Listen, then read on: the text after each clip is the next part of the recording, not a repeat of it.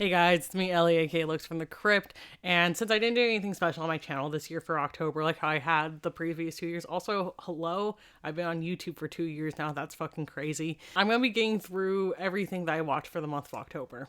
My goal this year was simply just to watch 31 horror movies. I think I made it to 50 movies this year for this month.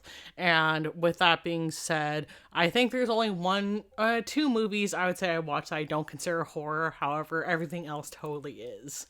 All right, if getting to my absurdly large stack of movies sounds like fun to you, grab a snack, grab a drink, and keep on watching.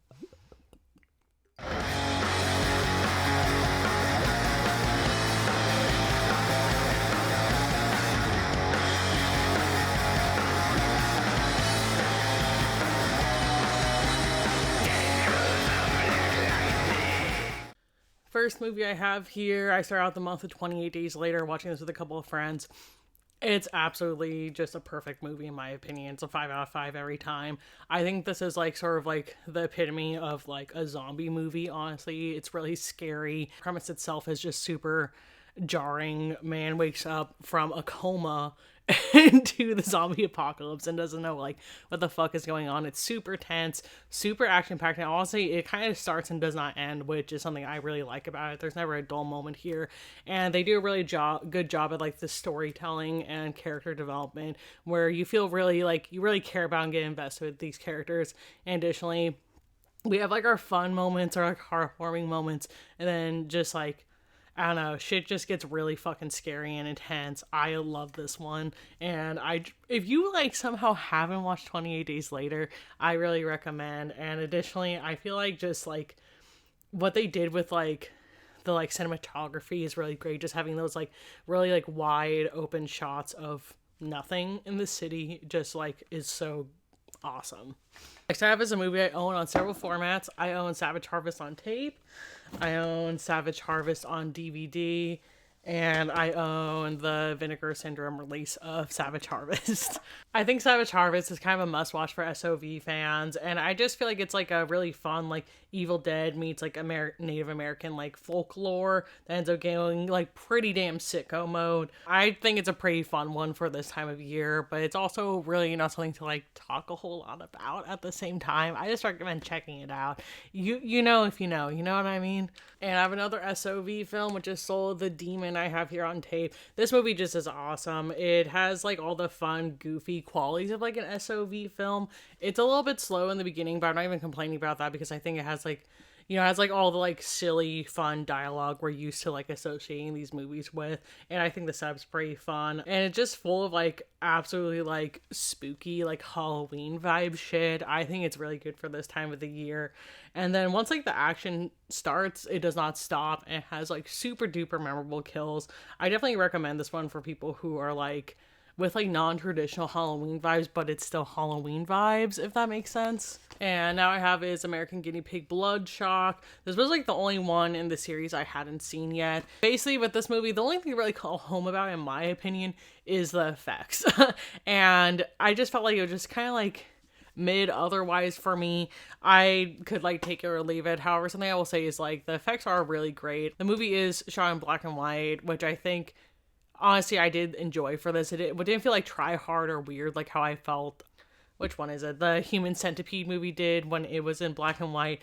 We like have a switch and we have color, and when we get the color in this film, it's really intense and really awesome. And I feel like it was a really great artistic touch for this film, but this isn't my favorite in the series by any means. Next year, I have A Perfect Child of Satan from Lucifer Valentine, a very controversial figure. So here's my thing with Lucifer Valentine and A Perfect Child of Satan is that I honestly think this was a great movie. I gave it 4 out of 5. This is probably my favorite Lucifer Valentine film.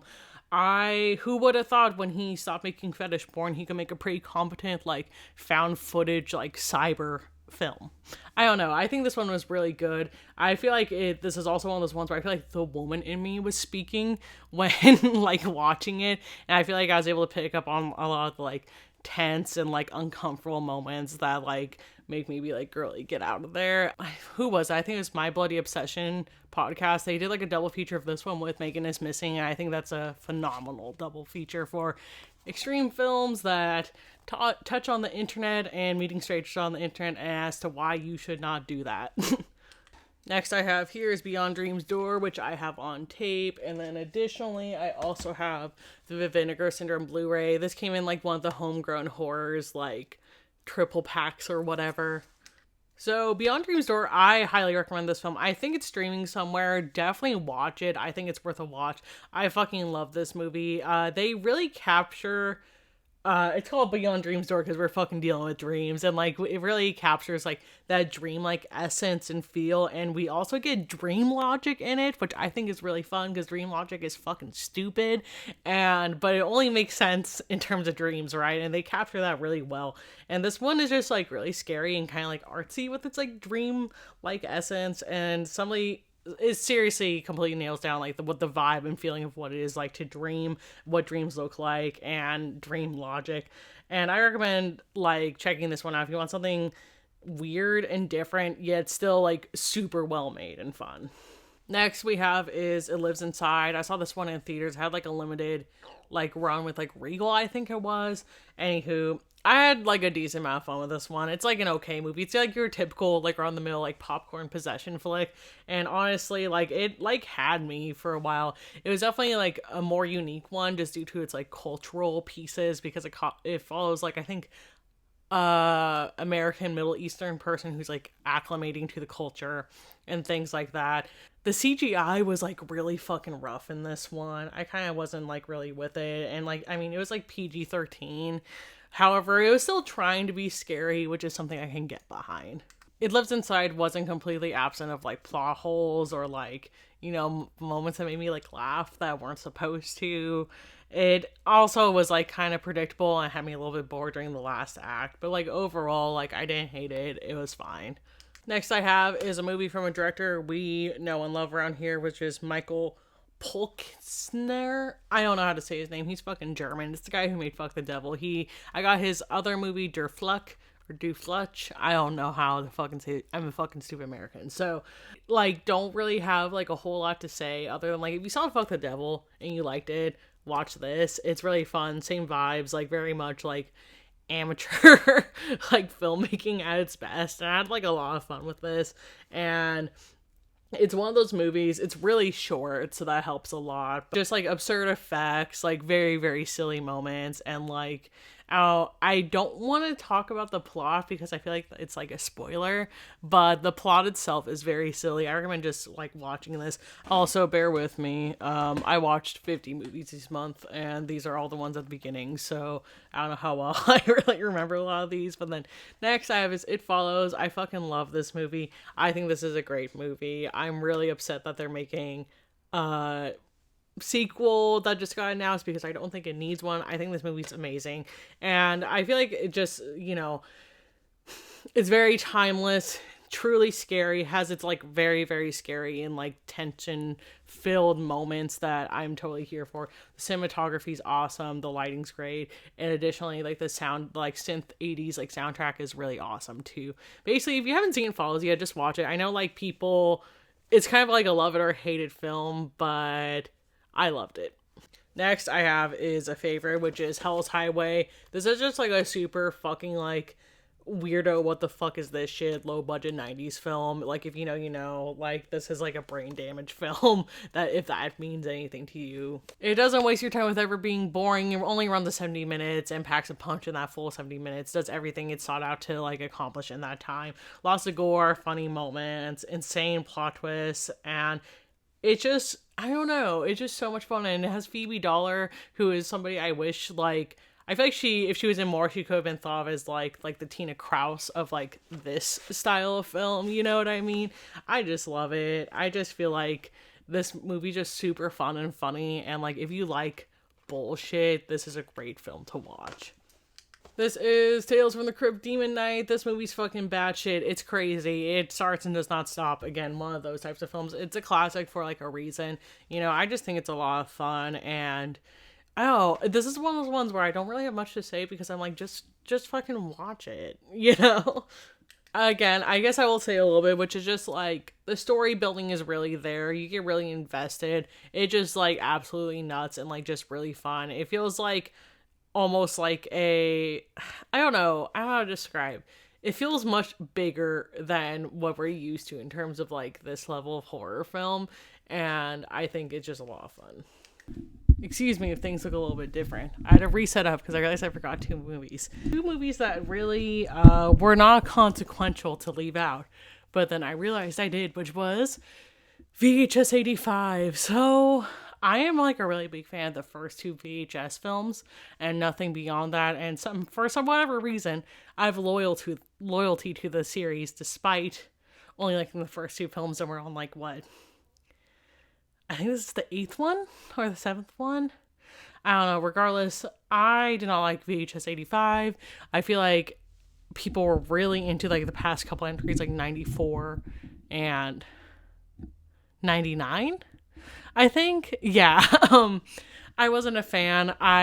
The best story there was from the dude who did fucking The Black Phone and Sinister, but his sketch was literally The Black Phone and Sinister combined.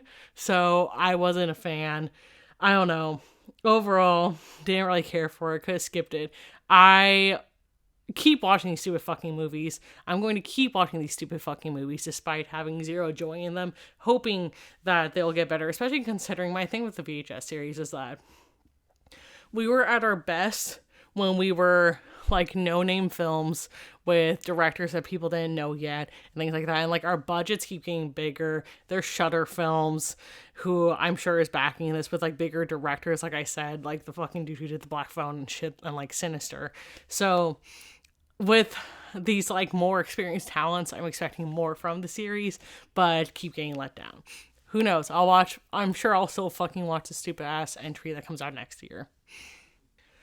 Which then brings me to, I also forgot to talk about Winnie the Pooh, Blood and Honey. Honestly, this movie wasn't nearly as bad as everybody said it was. Like, if all the Letterboxd reviews saying this is the worst movie they've fucking seen, I fucking envy you, because I've seen way worse.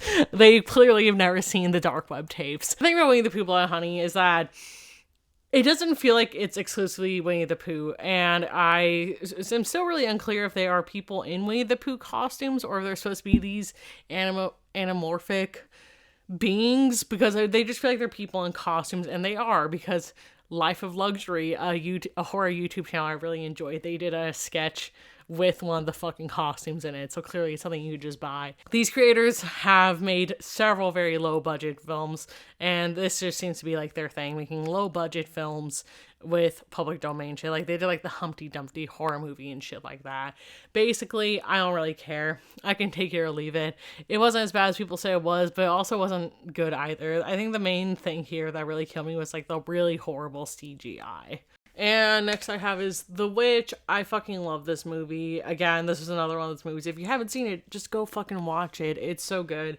I feel like this is just one of those like films that's like perfect in my opinion. Like I couldn't ask for anything more. Everything from like, I don't know, the cinematography, like the story, and like not being cheap in like any kind of way. It really knows like its like limitations and artistic limitations, and it definitely knows what to do with that. And it does a great job at accomplishing being scary. I feel like it does like the period piece thing really well, and just like the horror of being outside of a traditional horror film, right? Like it's more about like the horrors of people and humanity and Christianity, and it's just such a good watch. I just get like absolutely thrilled every time I get to put this one on, just because I enjoy it so much. Next we have is a movie I saw in theaters, and I saw X. I have a lot of feelings about Saw X. So here's the thing about Saw X is, okay, so I haven't given a shit about any of the Saw movies since like Saw 4, I think. It's been a minute. I kind of like stopped watching them at that point. Why I decided to watch Saw X, I don't really, oh, it's because it takes place between the first and second. That's why I decided to watch it.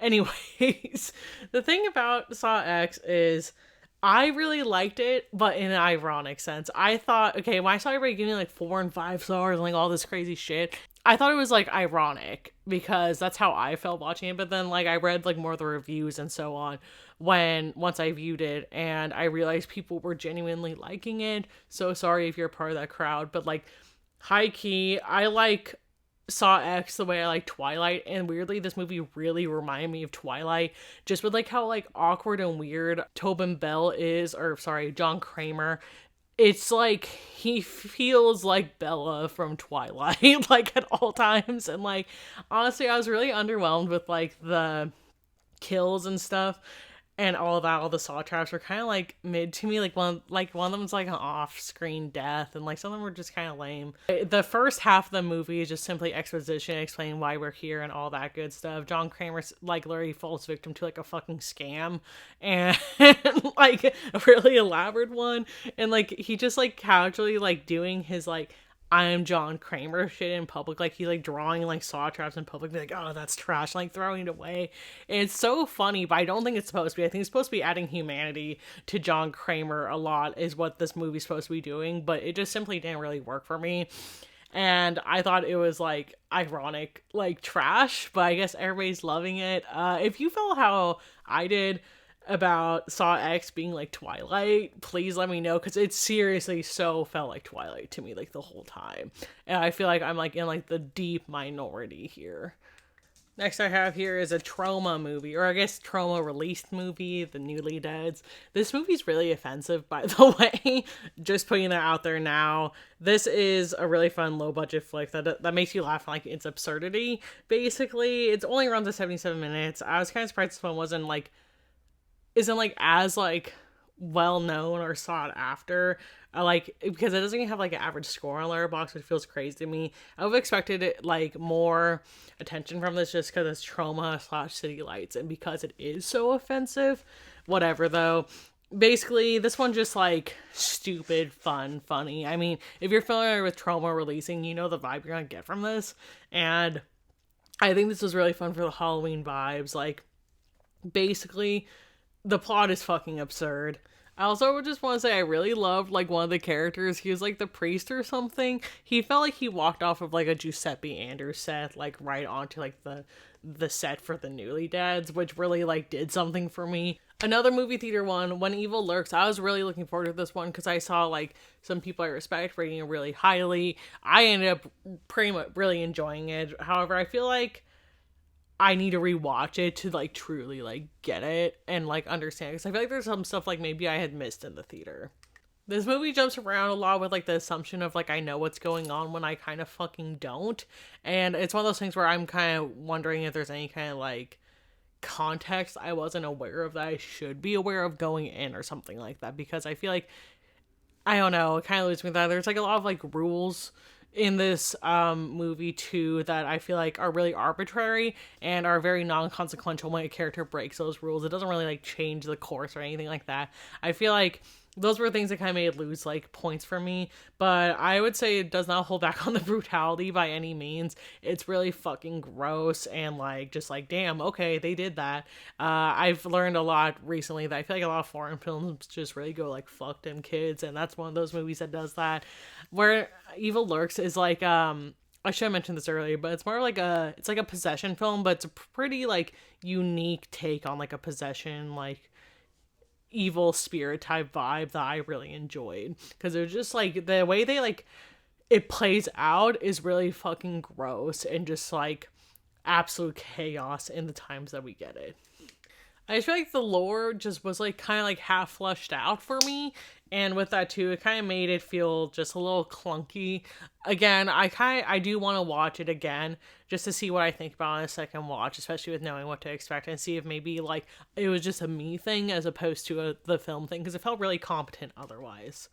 God, I forgot I watched this one. This was one that was streaming called SX Tape, where we basically follow the most horny and annoying characters ever that aren't horny enough or annoying enough to really make it fully entertaining.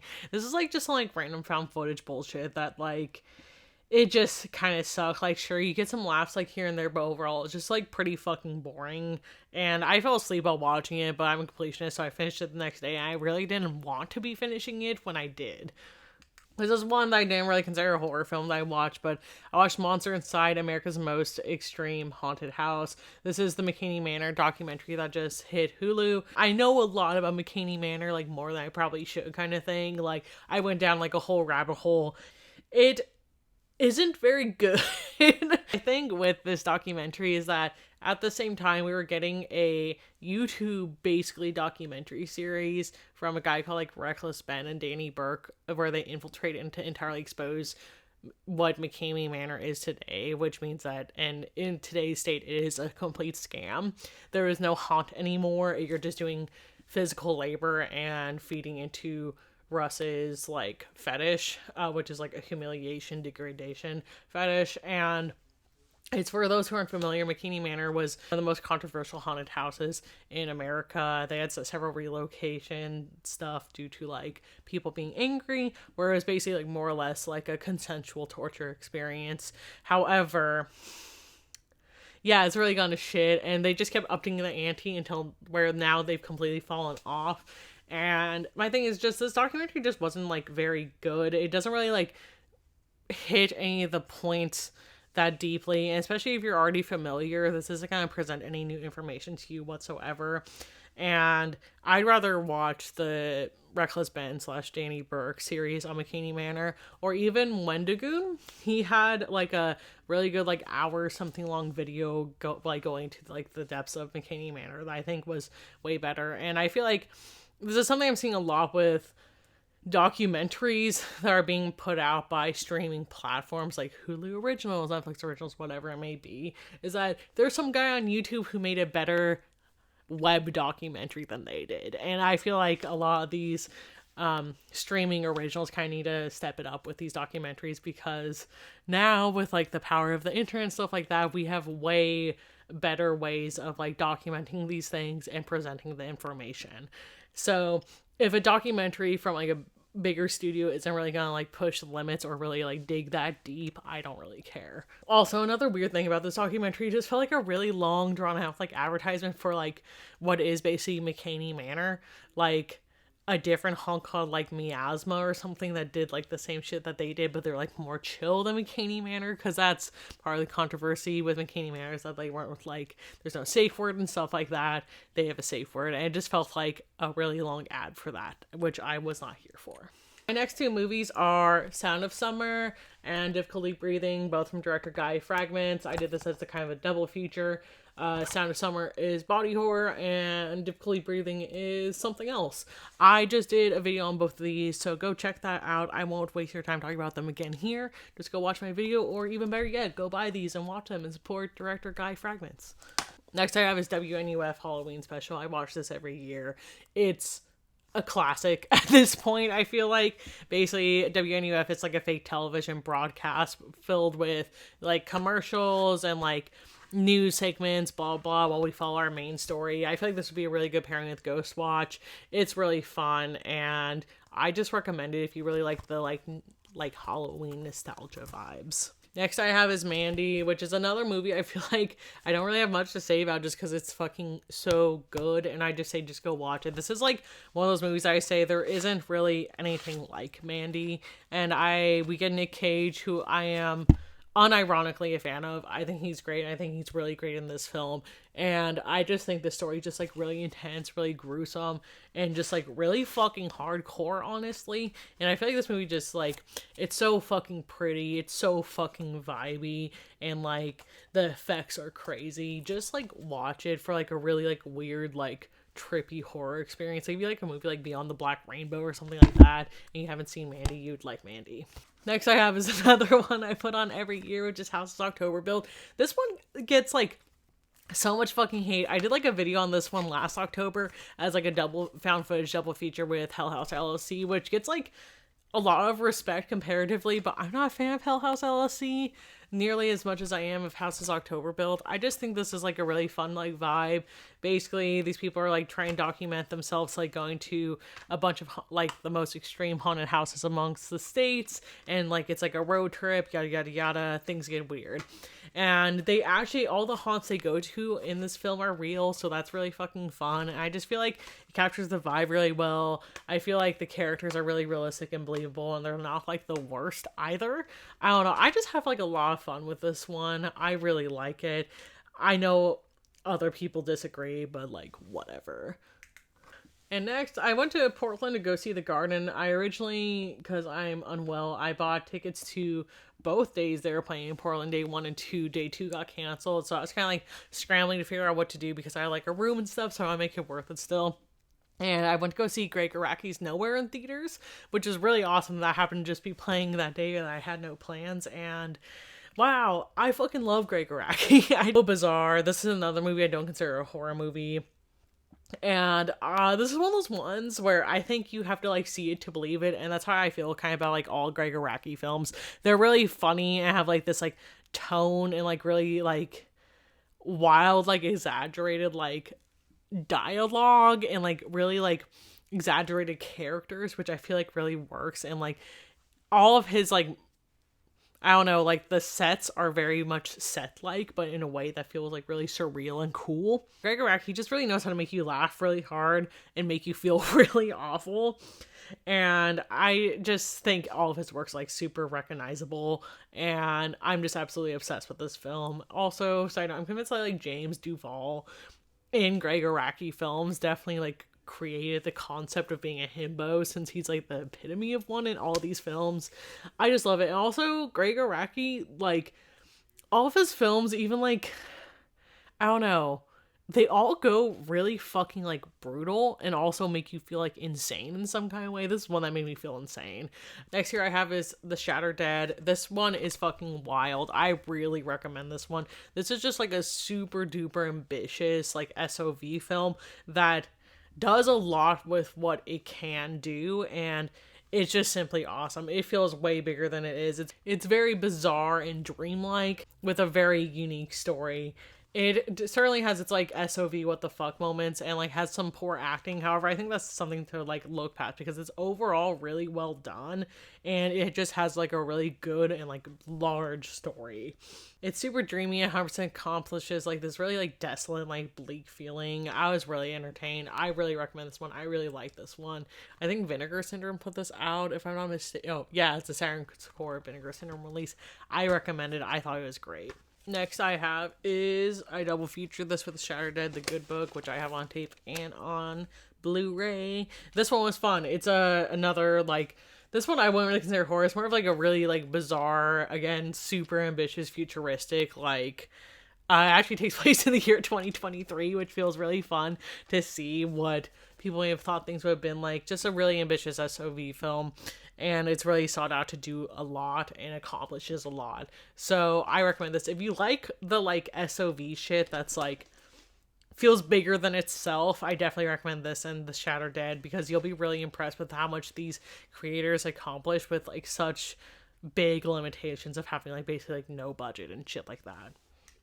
Next, I watched Biotherapy. This is a Japanese film, I think. I'm not really sure.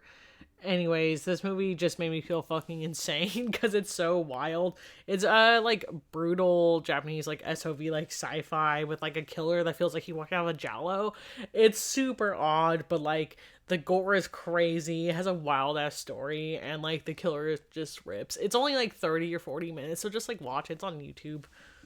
Next I have is August Underground, which is a movie. I have a full review up on my channel from like a year ago now. I fucking love August Underground. Like, I cannot wait for like the box set to come out. This is like one of my like ultimate found footage movies. It just really does a great job at like nailing like the realism and like the nastiness of that. And like there's no romanticism of these like deplorable characters. We're supposed to hate them and think that they are absolute scum, and that's the whole point, and that's the message that's served here. And it's nasty, it's like unrelenting, and if you like extreme films, August Underground's a must. And then with that being said, I watched August Underground's Mortem. I liked a lot more on this viewing for some reason. Just was really like in that chord with me. It's just like so fucking nasty and gross. Out of the three films, this is definitely the grossest one, and I feel like, I don't know, the thing about this movie is that, like, you don't forget what you saw in this by any means. Like, the August Underground's Mortem will live rent-free in your head for, like, months, basically, of all the nasty shit you see. And I feel like this is, like, again, another must-watch for extreme horror lovers. If you are a found footage fan who thinks that they want to, like, push and go a little bit further, watch this. It's really great, honestly. And I'm just, like, a sucker for the, like, super like DIY punk rock like filmmaking that they do here, and just how like truly nasty and vile these characters are, and how like nasty they're willing to go, because it gets so fucking disgusting. And once you think like they outdid themselves, they'll do it again. Next I watched is Heck. I am a hater of new VHS, but I did buy this. For me, it depends if it makes sense. And I feel like Heck makes sense to be on VHS. And those who aren't familiar, this is from the same creator as Skinamarink. If you've seen Skinamarink, it's the same shit, but before. It's like 30 to 40 minutes, so if you're somebody who thought Skinamarink was too long, watch Heck. It's all on YouTube. And I just thought it was really great. This one's really scary and really brings you back to like a place that you have probably forgotten, like the first time you were scared as like a kid, or like the first time you were alone as a kid. It really captures that feeling really well, and is just really good at just being like, oh shit, I haven't like felt something like this in a film before. I watched this one on a movie night with some friends. This is Drainiac. My partner loves this film. It's just really goofy and fun. And if this like cover does anything for you, just watch it. Next I have is Swamphead. This movie is fucking stupid. Basically, I don't know. This is one of those like horror comedies that I think is funny and also does try to do horror. It's like really fucking dumb, and I feel like something I really liked about this is that they used its limitations to ramp up the comedy, like playing into poor acting even further, making very crude CGI effects that like look like dog shit and stuff like that. Like if you're here for some like lowbrow, low IQ shit, Swamphead is the movie for you. Now I have is The Suckling. Also watched this for a movie night. Those past three were for a movie night with friends. And The Suckling is a classic. It's really fun. A woman goes to go get an abortion from an abortion clinic that's also a brothel. And the aborted fetus ends up in some like radioactive waste that makes it look like this. Traps everybody in the home, kills some people. My main complaint here though, on this rewatch, I realized like more of the kills are done by people like person on person versus like suckling on person. I felt like the suckling was honestly rather underutilized in this film. And before you get too excited, I will say this is a bootleg VHS. This is not a real copy of Demon Queen, because who the fuck has that? Anyways, I've waited so long to watch this. I feel like it's not even held in high regard. It's just rare, and that's why people talk about it all the time. And what I always associate in these conversations is like, well, it's rare and it's good, right? Well, I thought this was pretty fucking mid. Honestly, it was just kind of boring, and the kind of sucks is it's pretty short. It's like an hour long, if that, but I just couldn't really bring myself to be entertained. It has some like really cool moments, I feel like, but none of those moments lasted long enough for me to be really like here for it. Next I have is the sequel to WNF, which is the Out There Halloween Make a Tape. If you've seen WNUF Halloween specials, you know what to expect from this. It follows the same formula of like a television broadcast, the commercials and news segments, but this one follows like an alien story as opposed to a like haunting. Next movie here I have is Tumbling Doll of Flesh, and honestly, I might do a full review on this because I had so many thoughts. Finally viewing this notoriously nasty film after being like an extreme cinema fan for 10 plus years now. I've been watching this shit since I was a teenager. It's just like one of those films I avoided watching for a while, and it's considered like somewhat of like a rite of passage for extreme film lovers. However, for me with this one, it's just like my suspicion was correct, which is that I'm not a casual porn like viewer, with like the exception of like the weird wave fetish films I enjoy, but that's kind of different. I don't sit there and casually watch erotic films necessarily, which I know a lot of people do, and people who enjoy this probably do as well, but I don't. So it didn't really land for me because the majority of Tumbling Doll of Flesh is like a typical porn until it's not. But it's just one of those things. I just don't really care to watch two people have censored sex for a good chunk of its runtime before getting to anything gruesome. If you guys do want to hear my full thoughts on this, please let me know. I wrote like fucking paragraphs about it on Letterboxd. I feel it's one of those ones. It's like it's kind of worth viewing, but not really at the same time. I don't know. Yeah. Tumbling Doll of Flesh definitely sits on that line between extreme cinema and porn, but it sits closer to the line of porn than extreme cinema until it doesn't. Next, I watched another streaming one, which was Slaughterhouse. Yeah, that movie sucked. Like, don't bother with it. I was at least expecting to be entertained yet again. This is from the studios that fucking brought us the Grim Cuddy, and I was laughing my fucking ass off during the entire duration of the Grim Cuddy, so I was hoping for something similar and was sorely mistaken. So I'll say it once, I'll say it again, but Brian Paulin put his whole pussy into this film. Bone Sickless. Let me tell you, this movie fucking rips. Honestly, it doesn't make sense the majority of the time. It was pretty incoherent, but I didn't really care because of how fun and over the top everything else was. Like, the gore was absolutely awesome. It's so fucking gross and disgusting.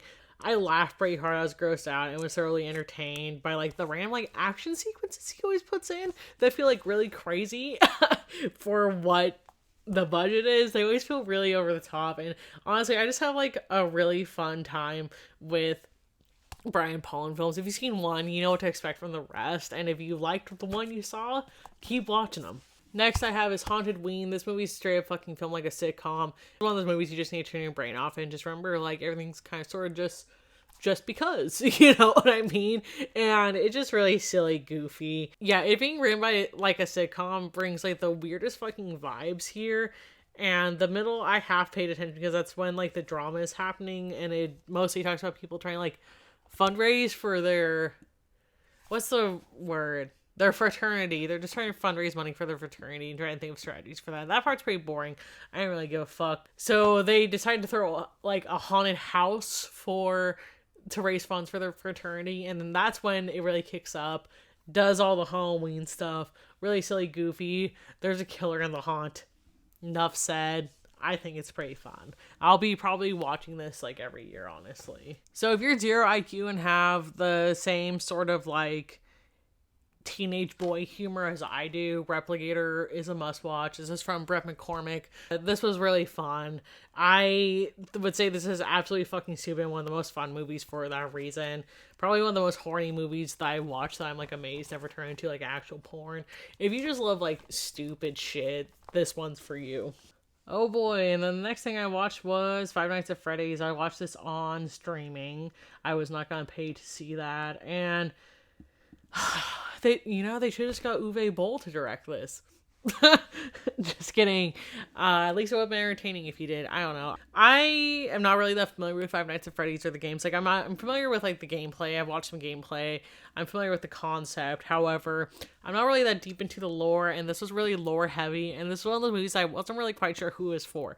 It didn't feel like it was for kids. It didn't feel like it was for adults. It didn't feel like it was for fans. And it didn't feel like it was for people who aren't fans either. It just kind of fell flat and just honestly sucked. I think if you're trying to look for, like, another killer animatronic type vibe movie, I would say Willy's Wonderland is better bet for you. It's just really story heavy. The reveals are really underwhelming. It's entirely written in a way that never feels like two people are having a conversation. It's just pretty fucking dumb. I don't really recommend. Next I have is the newest movie from the people who have brought to us the Fear footage. If you're familiar with the Fear footage, you kind of know what to expect with this one. It's called Project Eerie, and the thing I love about these movies and why I keep buying them is that they impress me with, like, their immersiveness every time because they send you evidence. That's, like, their whole thing. This beat up envelope that says Project Eerie, and then I have here intelligence documents about the events that unfolded on this night, titled Project Eerie by the government. And here is disc itself. If you watch the Fear footage, you know what to expect. If you haven't seen the Fear footage, these are horror anthology films, all by the same director, I believe.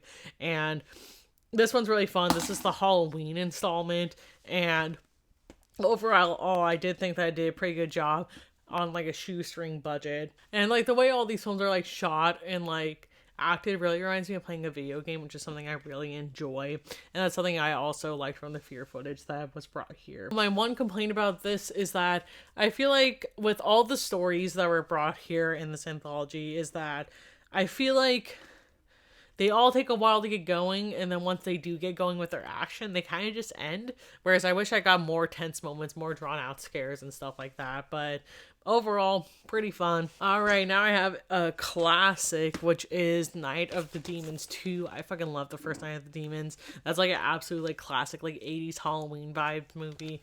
And honestly, Night of the Demons 2 is as well. They just ramp up the camp, ramp up like the funny goofiness, and just really drive that, which really works for this film and this story. And we get like bitches like stripping to Morbid Angel, which I think is my favorite part of the film. Next I have is a wave movie, which is Hayride Slaughter. I was really stoked for the release of this one. This is a wave movie that was shot at an actual haunt, which is so fucking cool. Absolutely perfect for the Halloween vibes. If you have seen a wave movie, you know what to expect from this. This is definitely one of the better wave movies, I would say. However, the thing about wave at the end of the day is that they're really for you or they're really not. These are fucking weird commission fetish films that are under the guise of being real films. You know what I mean? And I feel like a wave movie wouldn't be a wave movie without really long drawn out sequences I think are the fetish. That's part of the guessing game. That's fun. Is what was the fetish in this film? In this one, I think it was magicians? I don't really know. But we get lots of crude CGI effects, satanic rituals, horribly awkward dialogue, an absurd story, and just a really fun, like, Halloween film. And this probably is one of the best wave endings I've seen, because wave, their endings are always fucking stupid, and I was just really here for this. I had a lot of fun. Next I have The House That Screamed. Oh, whoops. LOL. The House That Screamed. This is a Polonia Brothers movie, and a fucking weird one. It's just a weird ass, super like surreal paranormal Polonia Brothers flick that I had a lot of fun with. I feel like this movie's really odd and clunky, yet it feels half fleshed out. Like it feels like a half fleshed out like real budget film in terms of the story. Like this, like a low key like was serving like Stephen King to me, like that kind of vibe. But it's Polonia Brothers, so. It had really funny moments. It was really strange and offbeat, but I honestly had a really good time with it. And another fucking movie I wish I had seen sooner, which is Psycho Sisters. I fucking love this. This was awesome. This is just like pure SOV dream for me. It's very much girl boss cinema. If you are in like the search for like male violence films, I feel like I have this conversation with a lot of my like female audience members of what male violence films are there. And granted, yes, this is like a rape / revenge flick, but like 90% of its runtime after we witness a brutal assault is just women, two psycho sisters, trying to avenge their friend or sister's death by killing every man that they come in contact with until they finally cross paths with the men who actually raped and killed her. What a good time. And also this has like a really awesome like soundtrack of like metal and like hardcore that I really enjoyed. The kills are really fun and funny, and I feel like it just like, I don't know, they keep like severed penises in their medicine cabinet. Like it's just one of those movies where I'm like, I feel like this just like hits all the marks in terms of like this type of movie, and it has that weird juxtaposition between being like, I feel like I see this in like a lot of low budget revenge films where I feel like we have like these really rough, gritty moments. We watch like a woman get raped and like murdered in front of her friends, and then we just have so much like goofy, like hilarious, like offbeat shit because it's like this quality. Anyways, I recommend.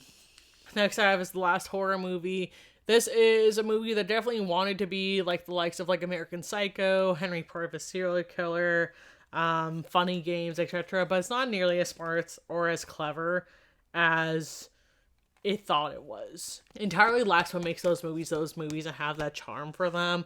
This is like a found footage, like serial killer movie. We have like a wannabe Patrick Bateman who recorded over like a video store rental of him murdering people, and it's really much the social commentary of like, you're just as bad as me for wanting to watch this violence, but it absolutely beats you over the head with that commentary. So it's pretty mid. I should have busted out my tape, but next I went to go see Dawn of the Dead last night at the theater.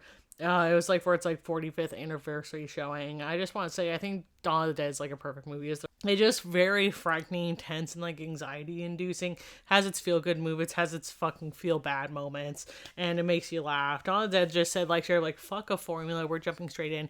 Honestly, it's really serving. I feel like 28 Days later is really similar in terms of like the sort of like formula it does follow. I feel like they followed the Dawn of the Dead formula, which is start you out with chaos, throw you into it, and then we'll worry about like exposition and everything afterwards and get you genuinely interested in caring about the characters we have. And I just like have a lot of respect for this movie. It's a classic for a reason. I mean, it just like really shot really well. It's honestly insanely gory for a movie for its time, in my opinion, and pretty brutal in that regard. Of course, it's like the effects that were then, but it still has like a lot of blood, and like the effects are there are plenty abundant with plenty of zombies. And then additionally, I just feel like it's written so well in the sense that we really begin to focus and care about these characters, and we don't like my partner and I had a whole conversation about this last time about how they just don't make movies like they used to, and that is just in the way that they don't like, I don't know, they get us to know our characters by we know their character and like the kind of person they are, as opposed to knowing like a couple of arbitrary factors about them, which I feel like is what character development often is in newer movies. It's like, oh, that girl is shy or like whatever. We just know about how these people are as people, and I feel like that it brings a lot of humanity, really makes you care about them. And I feel like when we lose our characters in this movie, the movie never feels the same ever again. And that's what really makes it work, because you get so invested, it makes it sad. And like it doesn't feel like these people are just simply like, oh yeah, this guy I spent a long time with is dead now, and now we're just, you know, moving on. No, like they've changed and they feel differently afterward, which I think is just so fucking good. I also feel like this is a really timeless film too. Like, yeah, sure, the effects are dated, but like in terms of like the plot, if this was just like simply just like it could be adapted over and over again, and it's just great. I'm really glad that I got to see this in theaters. Next I have is Intruder, which, funny enough, Dawn of the Dead has Tom Savini in it. This has Sam Raimi in it and Bruce Campbell. This is just a grocery store slasher. It's really fun, typical 80s shit, very claustrophobic, and like makes you feel at home because it's a one setting movie. And all in all, just watch it. It's really fun. Next I have is Paranormal Activity, which is like one of the markings of the found footage genre. This one's just fun. I like it. I don't know. I don't really have that much to say about it because I was like half paying attention to it and like fell asleep during it. But like all in all, did enjoy. And although I'm not a fan of paranormal or really like found footage paranormal, I feel like this movie does deserve its respect in kind of like carving out that niche of the paranormal found footage that has like taken the found footage world by storm. And then the last thing I'm going to talk about is a movie that I have yet to actually successfully watch, because I don't know what it is. This movie, Sinister, or Sinistre, I'm not sure how you're supposed to say it, I like have put on several times this month. I put this on several times this month and never fucking like finished. I kept falling asleep during it, which feels crazy because like when I'm watching, I'm like, this is insane. Like every time, like the action's really crazy and there's like a lot going on, but then inevitably I just fucking pass out before like we actually get to like the shit that it's about. I don't know. I need to put this on like during the day or something, or maybe when I'm like more awake. I don't know. But I am excited to eventually watch it. All right, and with that being said, wrapping this up, that was a lot of movies. It was like over 50. I hammered through this month. I didn't get like nowhere near I wanted to with like my list that I made of things I wanted to watch this month, but it is what it is. I had a good time, and if you like missed the letterbox type videos, let me know. Just because this basically is a letterbox video, but for October.